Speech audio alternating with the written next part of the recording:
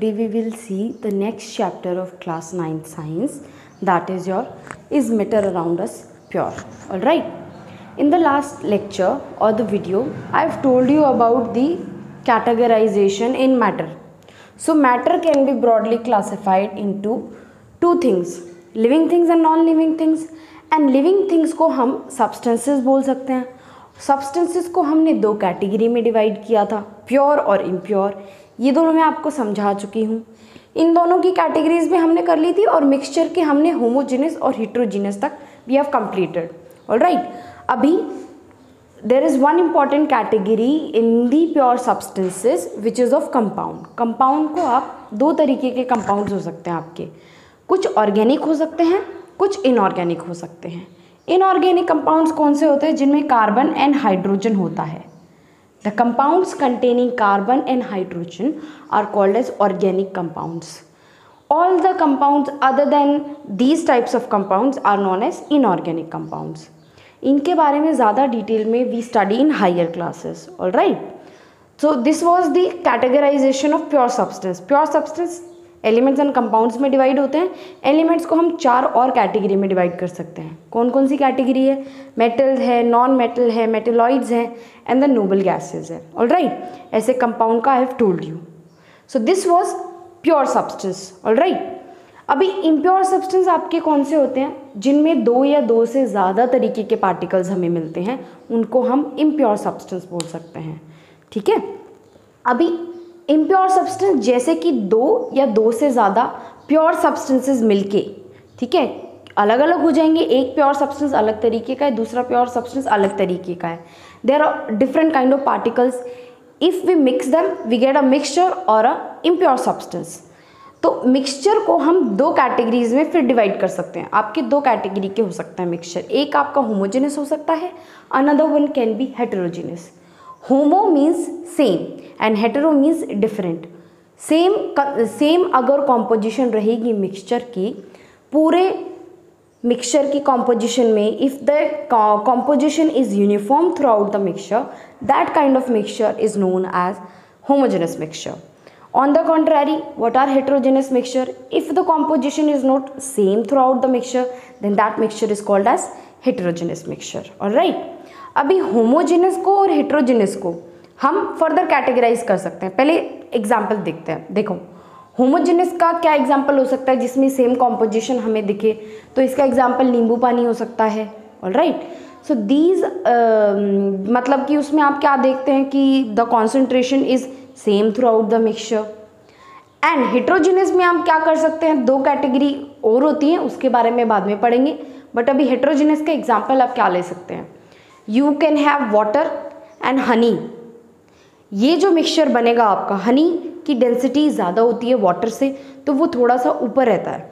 ठीक है, वो अलग अलग आपको दिख जाएंगे, कॉम्पोजिशन सेम नहीं दिखेगी आपको पूरे मिक्सचर में. That is why such kind of mixtures are known as heterogeneous mixture. Alright, अभी मेन आपको इस चैप्टर में क्या पढ़ना है? We have to study about solutions, suspensions and colloids. ठीक है, तो आपके सोल्यूशन क्या होते हैं? देखिए, जैसे if we take example of lemonade. Lemonade का अगर आप एग्जाम्पल लेंगे, you mix sugar in some water. तो शुगर और वाटर को मिक्स करने पे व्हाट यू सी, एक हमें सेम कॉम्पोजिशन वाला मिक्सचर वी गेट. ऑलराइट, तो अगर सेम कॉम्पोजिशन का मिक्सचर है और उसमें पार्टिकल्स का साइज 1 नैनोमीटर से भी कम है, उस तरीके के होमोजेनस मिक्सचर को हम सोल्यूशन बोलते हैं. ऑलराइट, तो सोल्यूशन क्या होता है आपका? A homogenous mixture of 2 or more pure substances is called a solution. And solution have the particle size less than 1 nanometre. ये आपका बेसिक क्राइटेरिया होता है सोल्यूशन का. ठीक है, तो सोल्यूशन को आप ट्रू सोल्यूशन भी बोल सकते हैं. ऐसी चीज़ों को, जैसे लेमनेड है आपका, इन चीज़ों को आप ट्रू सोल्यूशन भी बोल सकते हैं. ठीक है, अभी सेकंड कैटेगरी आपकी कोलॉइड होती है. कोलॉइड को बाद में देखते हैं, पहले let us see what is a suspension. अभी सस्पेंशन आपका हेटेरोजेनस मिक्सचर होता है. Let us understand this through an example. You take water and put some sand in it. अगर आप उसमें सैंड मिला देंगे तो आप क्या देखते हैं, sand will get dispersed in the liquid that is water. तो सैंड मिक्स हो जाता है लिक्विड के अंदर, मतलब कि सॉलिड डिस्पर्स हो रहा है एक लिक्विड के अंदर।